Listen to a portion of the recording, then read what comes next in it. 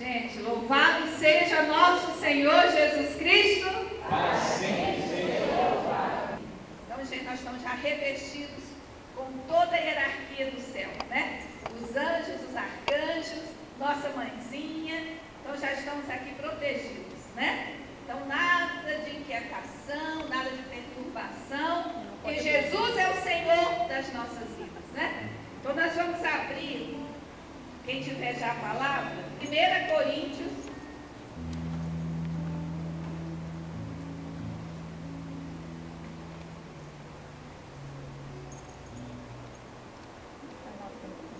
Coríntios 12, versículo 3. Então, quem já abriu, vamos proclamar junto essa palavra. 1 Coríntios 12, versículo 3. Todos. Por isso eu vos declaro: ninguém falando sobre a ação divina pode dizer Jesus seja maldito.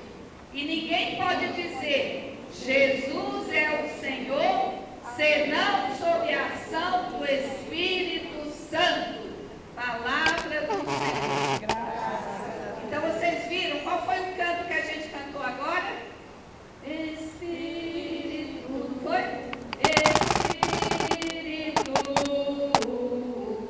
Espírito Santo de Deus. Então, gente, nós pedimos a força do Espírito Santo para estar aqui conosco, a sua unção, a sua presença, os seus dons, os seus frutos, para que nós possamos nos abrir à sua ação, a ação desse Espírito Santo que habita poderosamente em nós. Todos nós já fomos batizados, enxertados, né, nessa divina humanidade, divindade do nosso Deus, através do sacramento do Santo Batismo, né? Nós já recebemos a graça, nós somos adotados como filhos de Deus Pai. Então, Jesus, para que a gente tenha esse entendimento de que Jesus é o Senhor, é o tudo da nossa vida, nós temos que estar impulsionados sob a ação do Espírito Santo de Deus. Como nos afirma São Paulo, nós temos que gravar essa passagem, 1 Coríntios 12, versículo 3.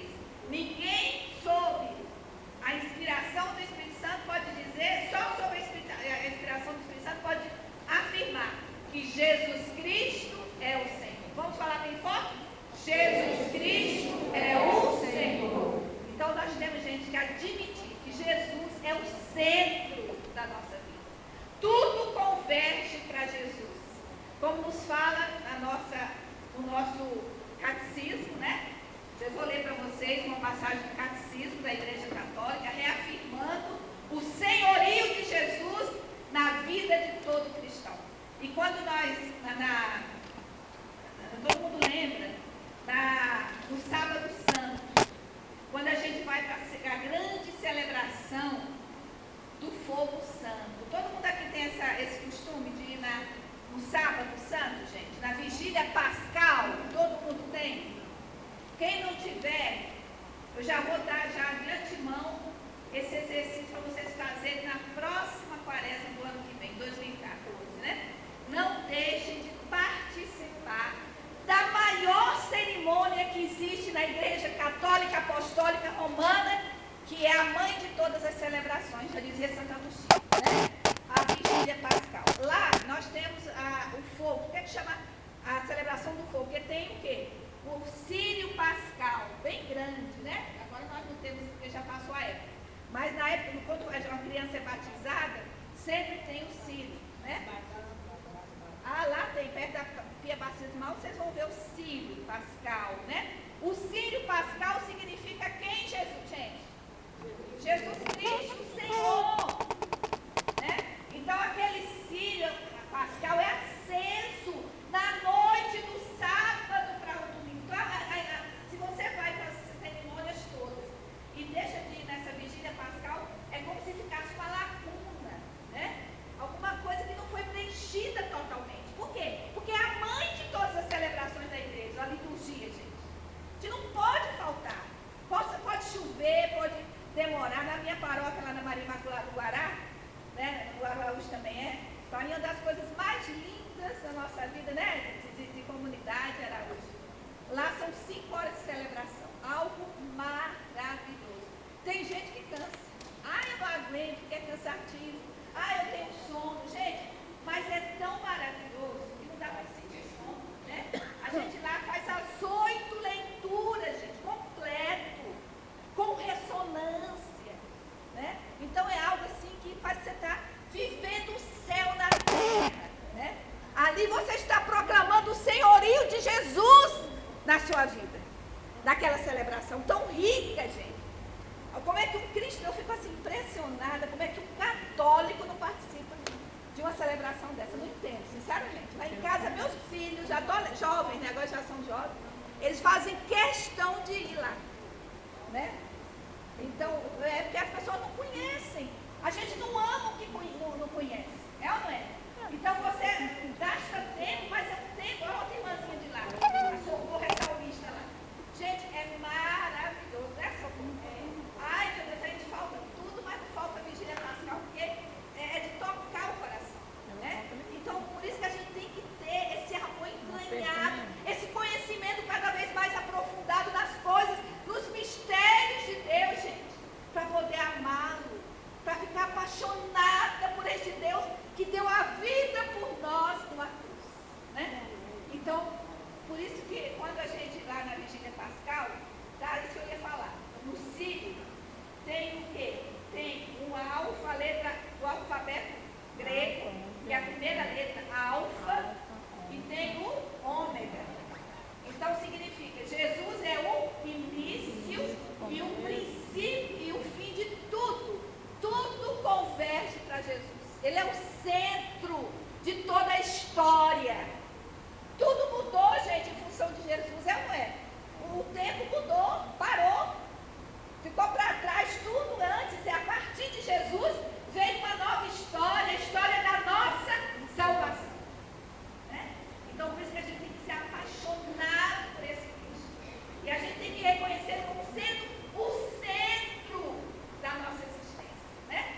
Tudo por Ele, tudo para com Ele, né? Por isso que na missa, você já viu aquela passagem que o padre, a gente não pode falar, por Cristo, é só o sacerdote, porque é o sacerdote naquela hora, é o próprio Jesus falando ao Pai, né? Por Cristo, com Cristo e em Cristo, né? Então, tudo para Ele, tudo com Ele, tudo para Ele, né? Então, Ele é o ápice da nossa existência, da nossa vida, de toda a história do mundo, tá, gente? Então, no catecismo da Igreja Católica Apostólica Romana, que eu indico para vocês lerem, tá? Tem uma passagem muito importante que diz assim, quer ver?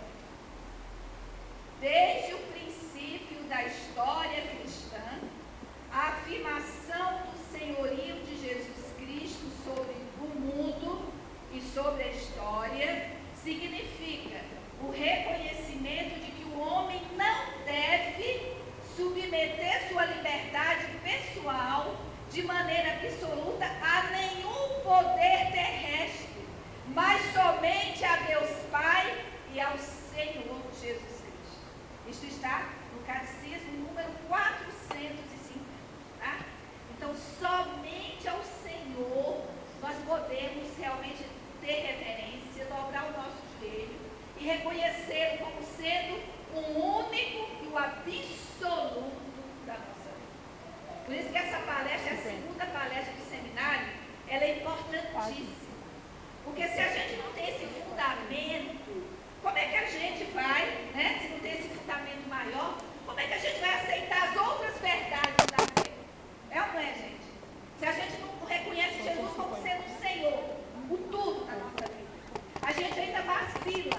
Quantas pessoas vacilam? Gente, católicos, cristãos, batizados, que ainda ficam, será que eu devo ir mesmo na igreja? Será que a igreja vai corresponder a tudo que eu desejo? Né? E às vezes quando você fica doente, ou alguém da sua família fica mal, né? Olha a samaritana aqui.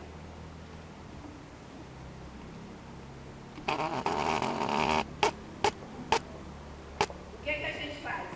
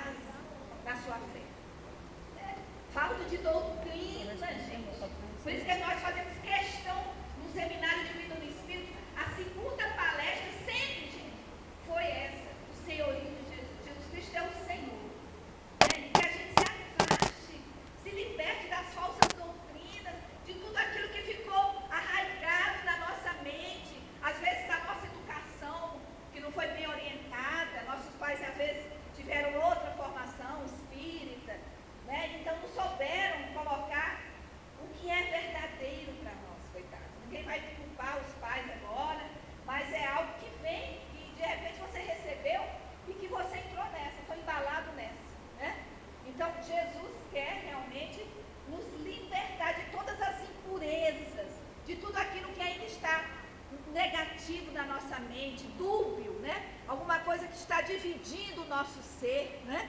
E Deus quer ser o centro, Ele quer que a gente aprimore a nossa fé, gente. Nós estamos agora no ano da fé, finalmente, né? No finalzinho do ano da fé. No dia de Cristo Rei vamos ter o grande coroamento do ano da fé, né? Vai ser uma festa na igreja. Eu já estou com um retiro nosso, vai ser maravilhoso, né?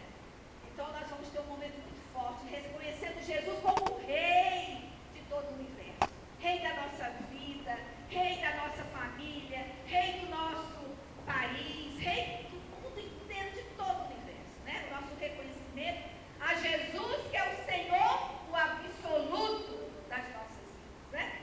Então, a gente gostaria só de dizer alguma coisa muito importante com relação ao tema.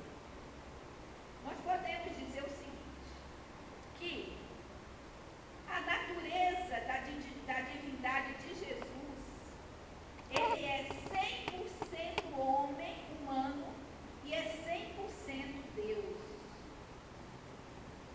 Em João 1:3 nós vemos, no princípio era o Verbo, e o Verbo estava com Deus, e o Verbo era Deus.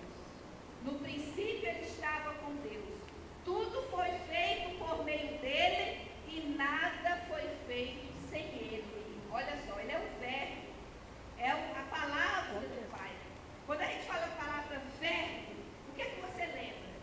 O verbo que a gente estudou, né, no nosso colégio. O verbo significa ação, não é isso? O verbo significa ação. Então, o verbo ser, né? O verbo cantar, você faz alguma coisa, você age. Então, a mesma coisa, o verbo é a ação de Deus no nosso meio, gente. É a palavra de Deus, o logos de Deus, lançado no nosso meio. E a palavra de Deus tem um nome. Qual é o nome da palavra de Deus? Jesus Cristo. Ele é a palavra do Pai. Ele se encarnou no nosso meio. Então, ele é o verbo, o verdadeiro verbo. A verdadeira palavra de Deus ecoada sobre todo o mundo, sobre todo o universo, gente. Quando o Pai pensou em Jesus, Jesus se tornou essa fonte de vida. E ele se encarnou no seio da Virgem Maria, através da humildade dessa mulher tão grande, que quanto mais humilde, maior, né? Em grandeza. Então, o Verbo se fez carne e veio dar vida a essa nossa criação, né? Nós, seres humanos, estávamos mortos pelo pecado, vocês sabem disso, né? Vocês já viram na palestra passada sobre o pecado, não é, foi? Ainda não viram, não. Na próxima. Mas vocês vão ver, né? O pecado fez um rompimento com o amor de Deus, tá? Que o amor se lançou, mas os homens não entenderam o amor, não é isso? Aí houve uma ruptura com o amor. Aí veio o pecado. E depois, então, o que acontece? Deus Pai, na sua misericórdia infinita, prometeu enviar quem? Seu Filho amado. Jesus, o Senhor, né? Para que nós saíssemos do lodo, do pecado, do lamaçal, sabe, gente? Ele estava perdido, totalmente desorientado. E veio Jesus para nos resgatar, né? Então, os três motivos importantes e distintos que nos faz dizer que Jesus é o Senhor da nossa vida. Então, o primeiro motivo, quem quiser até copiar, a natureza da divindade de Jesus, tá? A natureza da divindade de Jesus. Jesus Cristo é verdadeiramente homem e verdadeiramente Deus, tá? Então, essa é a essência. Tudo converge para isso. Então, as passagens são, quem quiser copiar, João 1, de 1 a 3, Colossenses 1, de 15 a 17, João 14, de 8 a 10. Colossenses, qual é o... De 15 a 17. Não, versículo 15 a 17. O capítulo é 1? É o capítulo 1, 15 a 17, viu? Tudo isso é importante vocês depois estudarem. João 14, de 8 a 10. Ele diz assim: eu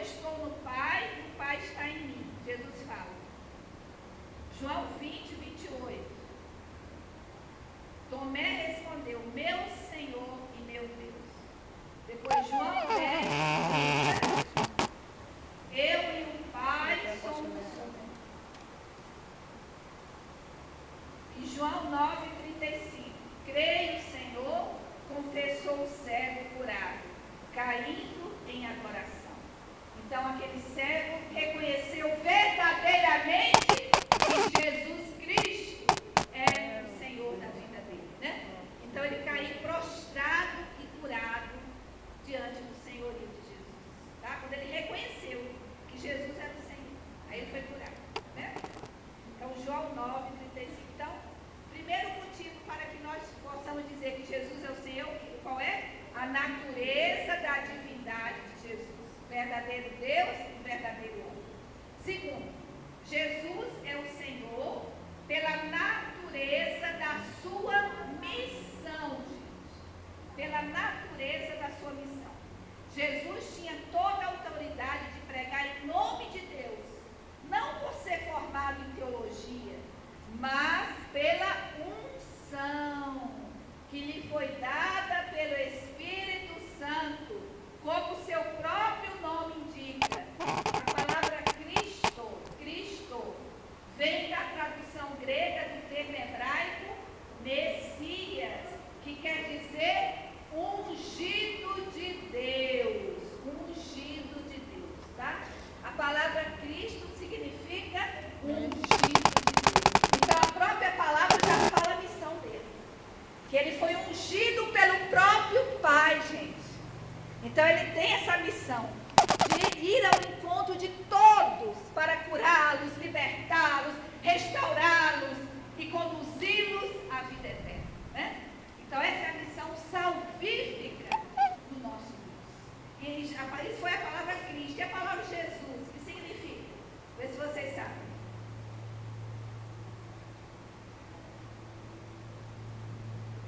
Cristo significa ungido de Deus. E Jesus?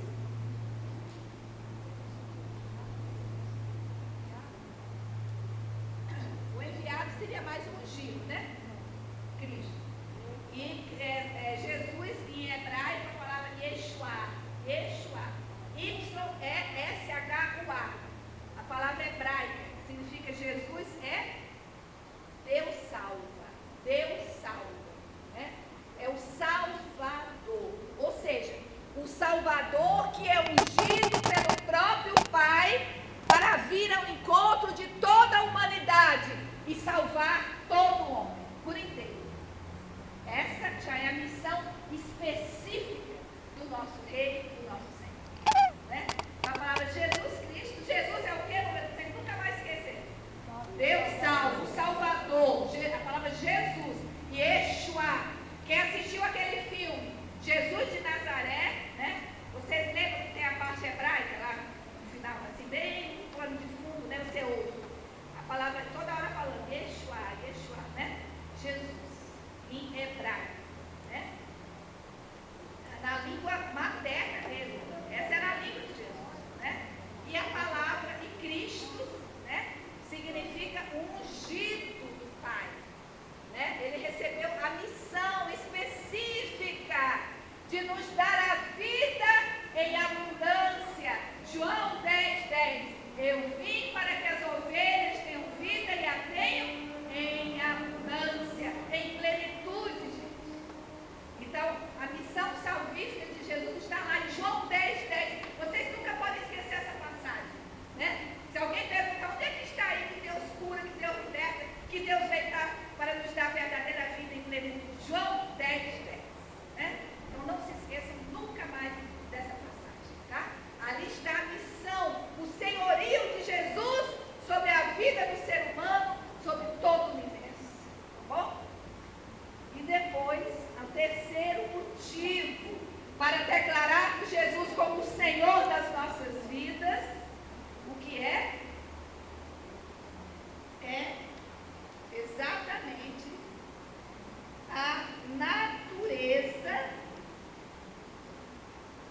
Jesus é o Senhor pela natureza da sua missão, né? Eu já falei. E Jesus é o Senhor pela concretização da sua missão.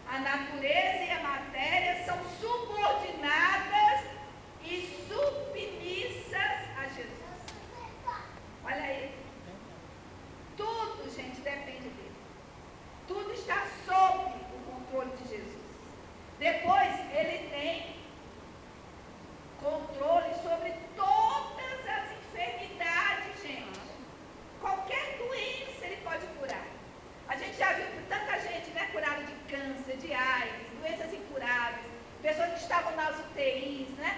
E que de repente, quando você vê, já estão ressurrectas, né? Então, graças ao senhorio de Jesus. Então, nós vemos isso, olha só. Ele curou a lepra, em Mateus 8, de 1 a 4.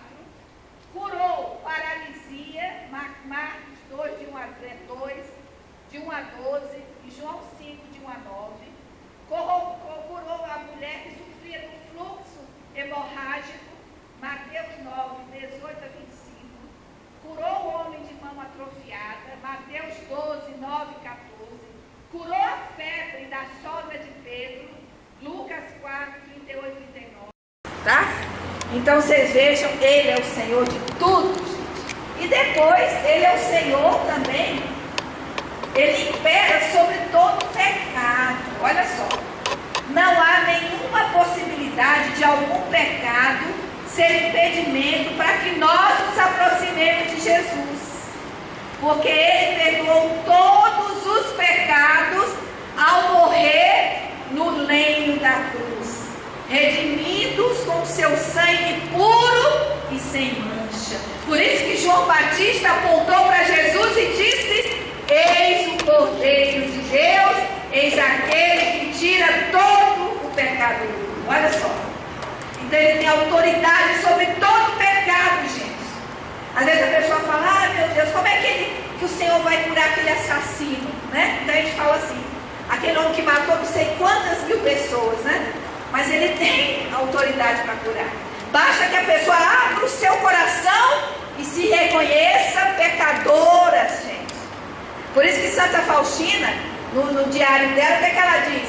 Quanto maior a miséria de uma alma, mais atrai a minha misericórdia. Olha que coisa linda, Jesus dizendo para ela. Vamos repetir? Quanto maior a miséria de uma alma, mais atrai a minha misericórdia. Agora, se você chega para Deus e fala assim: ah, meu Deus, você não vai olhar para mim, não. Eu sou inútil, eu não presto. Eu já pequei muito, Senhor. Eu sou a maior de todas as pecadoras. Eu sou um verme. Eu não presto mesmo. Deus não vai olhar para você, não, sabia? Porque você, no fundo, você está sendo tanto arrogante. Você não está acreditando que Ele pode curar. Você tem que falar, como é que você tem que falar? Meu Deus, eu sou miserável, mas eu sei que Tu podes me curar. Eu sei que a Tua misericórdia é maior do que todo o meu pecado, gente. Aí é que está a humildade de uma alma. Quando você vê uma alma: ai, não sou nada, ai, não presta. Você está vendo arrogância. No fundo é arrogância. Tá? Por isso que ele tem que falar: eu não presto, mas Jesus é o meu Senhor. Não é? Jesus me ama do jeito que eu sou, gente. Não é não? É isso que a gente tem que afirmar. E não ficar: ai, não, eu não vou dar palestra não, gente, porque eu não sou nada. Né, Altair, alguém me falou isso. Ai, não, Maria, eu não vou dar não. Eu chamei o Altair para fazer a cura, na época que eu coordenava a cura.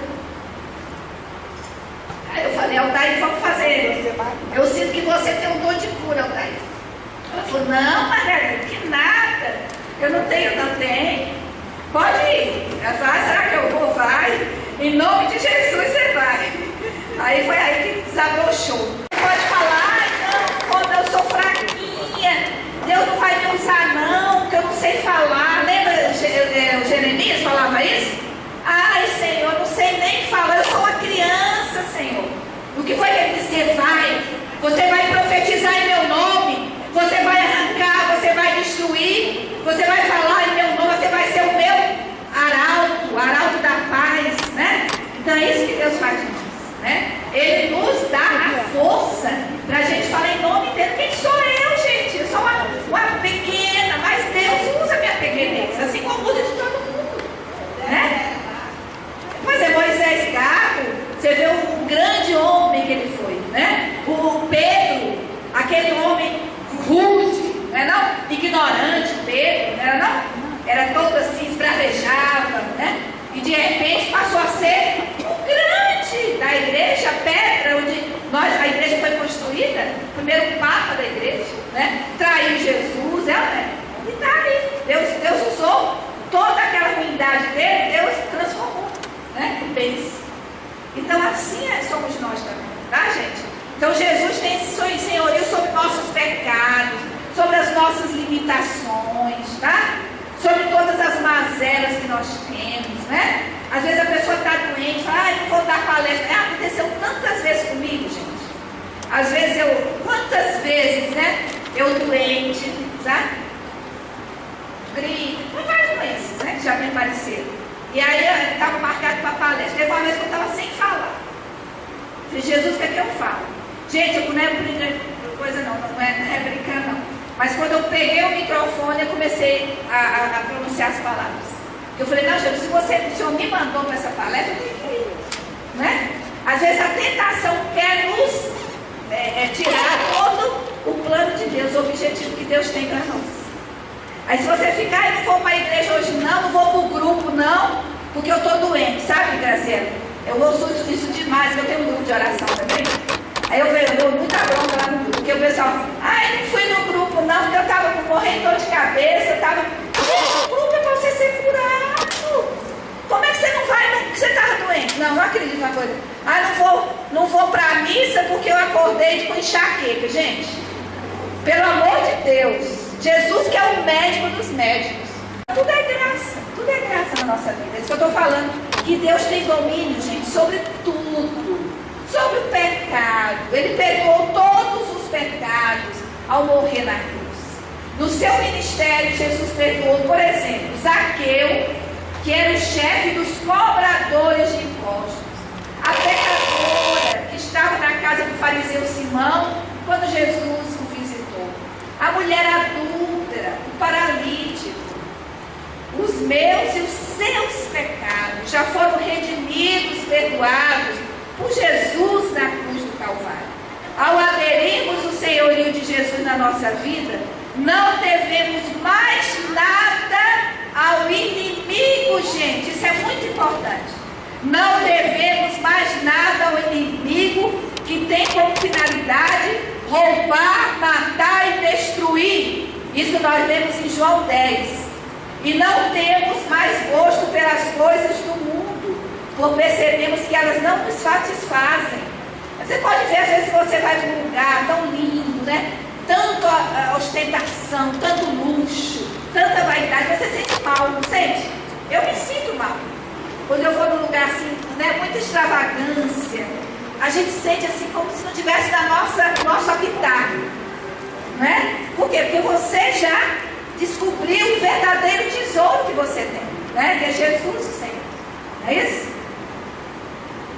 E Jesus tem o domínio, Ele é o Senhor, tem domínio sobre o demônio e sobre o mundo das trevas. Isso é bom a gente prestar atenção. Todos os demônios se tremiam diante de Jesus, porque sabiam e sabem quem Ele é verdadeiramente. Vemos, por exemplo, que Jesus expulsou um demônio mudo em Lucas 11:14. Um homem endemoniado numa sinagoga de Cafarnaum, Marcos 1:21-28. O processo de Gerasa, da qual 2.000 porcos morreram quando Jesus ordenou que os demônios fossem para aqueles porcos. Marcos 5:1-20. Os 7 demônios de Maria Madalena. Lucas 8:1-3. O demônio da filha da mulher pagã, Ciro Fenícia, em Marcos 7:24-30. E muitos outros demônios. É isso que eu quero que vocês tenham essa certeza, gente. Jesus vence tudo que é bloqueio, tudo que é medo, tudo que é de desespero na nossa vida. Jesus é o Senhor, tá? De tudo. Tudo está submetido ao senhorio de Jesus. Então, é importantíssimo a gente ter essa fé. Depois, olha que coisa também importante. Jesus, Ele tem domínio sobre toda a morte. Presta atenção. Nos evangelhos temos pelo menos 3 pessoas que Jesus ressuscitou. Vê se vocês lembram quais são. Essas 3 pessoas. Lázaro, a filha de Jairo e o filho da viúva de Naim, certo? de Naim. Então, são os 3. A morte foi assim destruída quando Jesus morreu na cruz. Tem gente que fala assim, por que Deus morreu na cruz? Sabe por quê? Porque tinha que ser Deus para matar a morte. Jesus matou a morte. A surpresa de Deus. Não podia ser outra pessoa, não podia ser um profeta. Tinha que ser o próprio Deus verdadeiramente encarnado. 100% homem, 100% Deus. Para matar a morte. Então por isso que tinha que ser Jesus Cristo. Ele matou a morte. Não existe morte. Eu lembro que lá na minha igreja, o Padre Jorge, ele é uma bênção, né? O Padre Jorge, ele repete isso 1000 vezes, gente. Isso está arraigado em mim. Né? Ele fala assim, gente, por que a gente vai ter medo da morte? A morte não tem mais domínio sobre nós. Deus já matou a morte. Né? A gente fica triste com a ausência, não é? Com a saudade, não é? Da pessoa que morreu. Gente, mas ela está na comunhão dos santos. As pessoas que morreram estão todas aqui com Jesus. Né? Aqui é a eternidade, gente. O Santíssimo Sacramento já é a eternidade no nosso meio. Então nós estamos todos reunidos, gente, com Jesus. A gente pensa que a gente não está enxergando, mas é um só corpo, gente. É a igreja triunfante, padecente, triunfante e militante. Nós somos uma só igreja, né? Então nós temos que ter essa certeza, gente. A pessoa foi retirada da nossa visão material, mas nós estamos unidos em Jesus, selados no Cordeiro de Deus, tá? Então por que a gente vai ficar tão desesperado diante da morte? Engraçado, Deus está me botando muito isso, né? Deus está me botando muito isso no coração. Por que desespero? Né? Porque a gente sabe que essa pessoa já está conosco para sempre e reina junto a Jesus. Está com Jesus, né? Lógico, agora se é a pessoa, aí já vem outras situações, né? Se é uma pessoa que não estava na graça, vai está sendo purificada, né? Está tendo seu tempo de purificação no purgatório. Isso nós lemos nos novíssimos, que está lá no catecismo, que é bom a gente ler, né? Mas a gente tem que ter essa certeza da comunhão dos santos, né? Nós estamos em comunhão, tá, gente? Então a gente tem que pensar, o Senhor venceu a morte, gente. Quando Ele ressuscitou, não existe mais morte. A verdade é essa, não existe, né? Ele rompeu com tudo, Ele é o Senhor da vida, gente. Jesus é o Senhor da vida, tá? E tudo converge para Ele, né? Como nós já falamos no início. Então, a nossa vitória veio a partir do momento que Jesus ressuscitou dentre os mortos, estando assentado à direita do Pai, como nosso advogado supremo, e virá como justo juiz para julgar os vivos e os mortos. Percebamos dessa maneira que tudo está no controle de Jesus. Vamos repetir isso? Tudo está no controle de Jesus. Ele demonstrou a sua soberania, autoridade e direito sobre tudo. Vamos repetir? Ele demonstrou sua soberania, autoridade e direito sobre tudo. Olha só. Então, quando a gente para, a gente fala assim, o mundo está tão ruim, né? Gente, mas tudo está nas mãos de Deus. Tá bom? Tudo está no controle de Deus. Se está acontecendo isso que nós vemos, é para a glória do Pai, não é não? Para o nosso bem, para a nossa santificação. O que está acontecendo atualmente? Às vezes a gente vê tanta catástrofe, tanta violência, coisas que a gente nunca pensou que fosse ver, né, com os nossos olhos. Mas tudo está no controle de Deus, pode ter certeza disso. A gente não vai desesperar, tá bom, gente? Se você for ver assim, de repente o mundo em chamas, vai pegando fogo em tudo, você não se descontrola, não fique descontrolado, tá bom? Eu quero dizer isso, fique firme. Jesus é o meu Senhor, Jesus é o meu Senhor. Tá? Em qualquer situação da vida de vocês, nas nossas vidas, Jesus é o meu Senhor. Tudo está sob o domínio, sob a autoridade de um só nome, Jesus Cristo. Bom, não se desespere por nada, gente. A gente tem essa mania, né? De perder o nosso controle, não é isso? E depois, o terceiro aspecto foi que nós vimos: Jesus é o Senhor pela concretização da sua missão. Então, em atenção à entrega de Jesus pela salvação dos homens, o Pai lhe entregou todas as coisas. Se você quiser ver isso em Filipenses 2, de 5 a 11, o Pai entregou tudo nas mãos de Jesus. Por vencer a morte e ser o primeiro a ressuscitar entre os mortos, está sentado à direita de Deus Pai, e enfim, por toda a sua obediência ao plano da salvação do Pai, Jesus Cristo é o Senhor e o Rei do universo. Pedro afirmou no dia de Pentecostes, quando se levantou para fazer a sua pregação, ele disse: portanto, que todo o povo de Israel reconheça que Deus outorgou como Senhor em Cristo a esse Jesus que vocês crucificaram. Atos 2:36. Quando Jesus ressuscitou, ele afirmou para os discípulos: toda a autoridade me foi dada no céu e sobre a terra. Mateus 28:18. Então, gente, entregar-se totalmente a Jesus é querer que Ele faça em nós o que Ele quiser, o que Ele melhor aprouver, e não querer ser nós mesmos o centro das nossas vidas. Aí está todo o erro, gente, da nossa existência.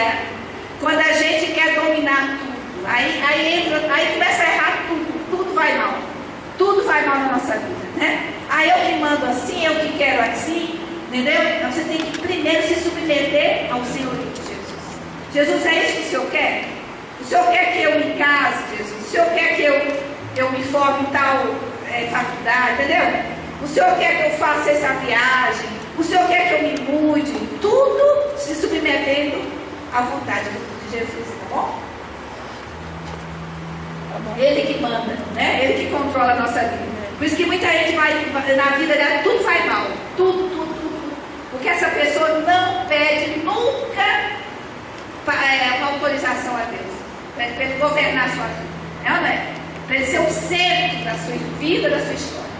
Tá bom, gente? Então, a partir de hoje eu queria assim, muito que vocês meditassem, mas muito, durante a semana.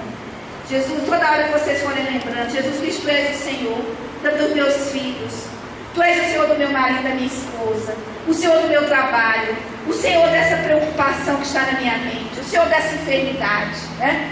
Vamos entregando, gente, vamos nos despojando inteiramente nas mãos do nosso Rei, do nosso Senhor.